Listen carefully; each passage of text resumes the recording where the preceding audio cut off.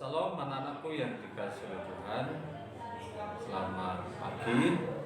Kiranya kita tetap kuat, sehat, semangat dan sukacita dalam mengikuti pembelajaran pada hari ini. Anak-anakku yang dikasihi oleh Tuhan, sebelum kita mengawali kegiatan belajar mengajar pada hari ini, mari terlebih dahulu kita siapkan hati untuk mendengar firman Tuhan. Mari kita berdoa. Bapa di dalam surga, kami bersyukur karena pada pagi hari ini kami boleh ada sebagaimana kami ada, dengan kekuatan, kesehatan, kesegaran yang semua berasal daripada Tuhan. Sebelum kami memulai kegiatan belajar kami hari ini, biarlah hati kami disegarkan oleh firman Tuhan. Jamalah anak-anak-Mu, persiapkanlah hati mereka, supaya mereka sungguh-sungguh mengerti dan memahami apa maksud Tuhan pada hari ini. Tuhan memberkati pemberitaan firman Tuhan pada hari ini.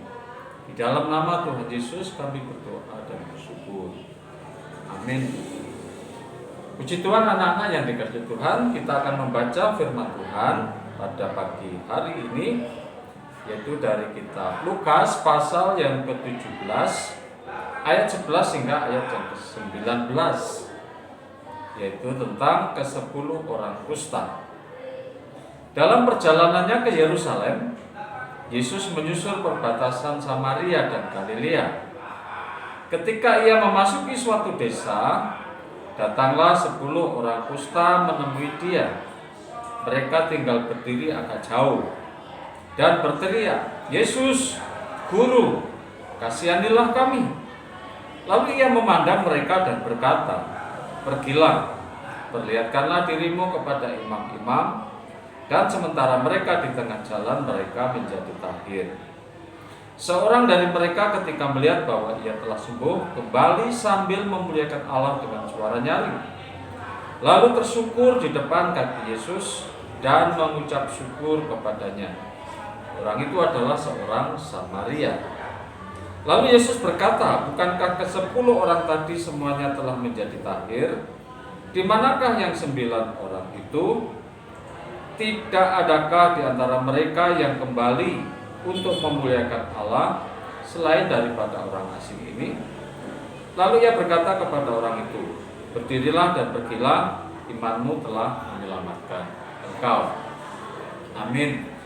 Kiranya pembacaan firman Tuhan hari ini boleh mendorong kalian semua untuk sungguh-sungguh dapat memahami apa maksud Tuhan dari bacaan firman Tuhan hari ini, dan bagaimana pula hidup kalian bisa sungguh-sungguh menjadi berkat. Nah, anak-anak yang dikasihi Tuhan, ada 10 orang.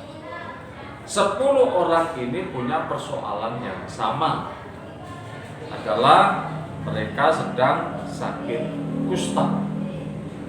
Pada zaman itu orang yang sakit kusta akan dikucilkan, akan dijauhkan. Nah, sementara di perbatasan Galilea dan Samaria, Yesus melewati jalur itu. Dan ketika orang-orang ini mendengar bahwa Yesus sedang lewat di situ, maka mereka berteriak, mereka sepakat berteriak, berseru, "Yesus, Guru, kasihanilah kami." Maka Yesus memandang mereka dan berkata, "Pergilah, perlihatkanlah dirimu kepada imam-imam." Jadi perintah Tuhan Yesus ketika mereka berseru kepada Tuhan supaya Tuhan Yesus mengasihani mereka, justru Yesus berkata, "Pergilah, perlihatkanlah dirimu kepada imam-imam." Sementara orang yang sakit kusta itu dilarang menginjak bait suci, apalagi ketemu dengan imam-imam, yang notabene imam-imam itu adalah lambang kesucian, pelayan-pelayan bait suci. Tapi Tuhan perintahkan untuk mereka menemui imam-imam.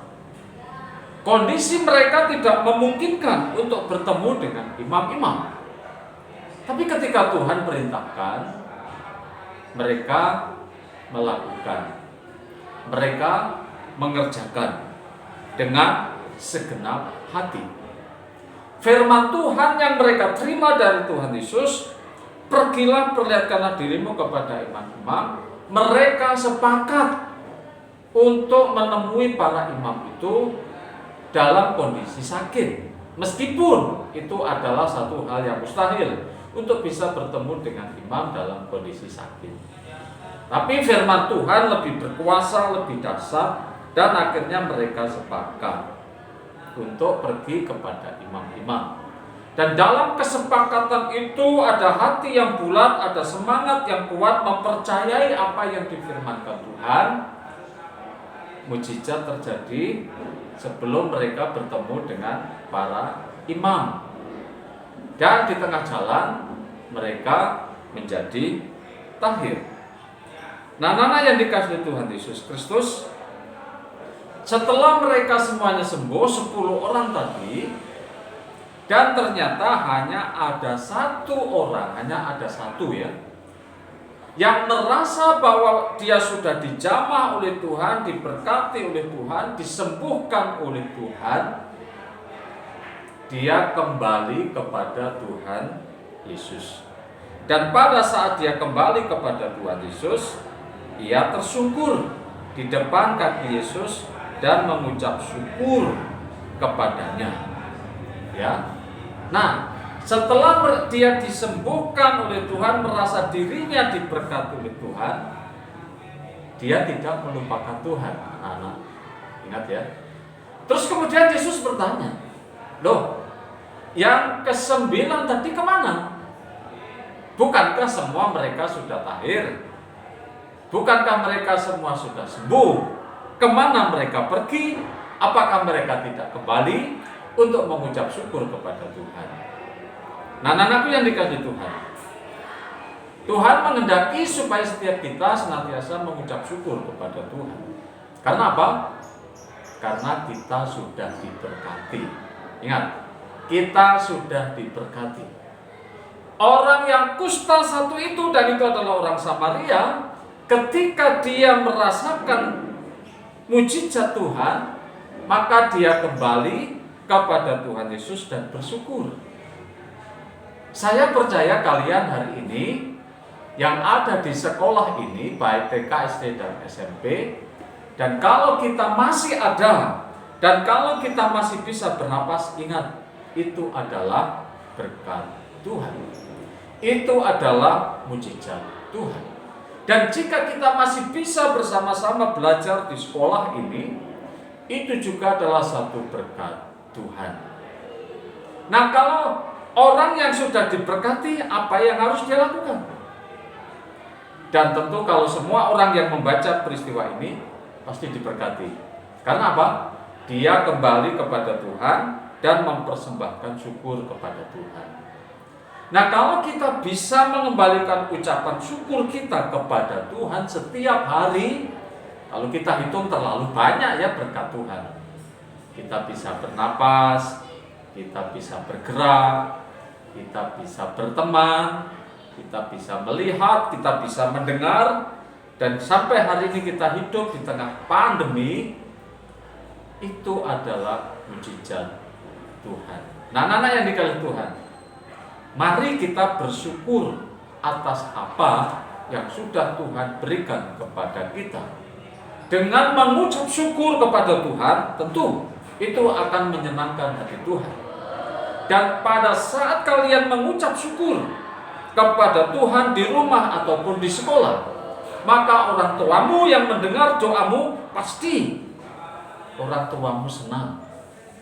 Bahkan ketika kamu di sekolah mengucapkan syukur kepada Tuhan dan Bapak Ibu guru mendengarnya, itu juga Bapak Ibu guru pasti bersukacita dan diberkati karena anak-anaknya mengenal siapa Tuhan. Orang yang sembuh ini mengenal siapa Yesus makanya dia kembali kepada Tuhan. Mari kita kembalikan kepada Tuhan apa yang terbaik, karena Tuhan sudah memberikan yang terbaik kepada kita.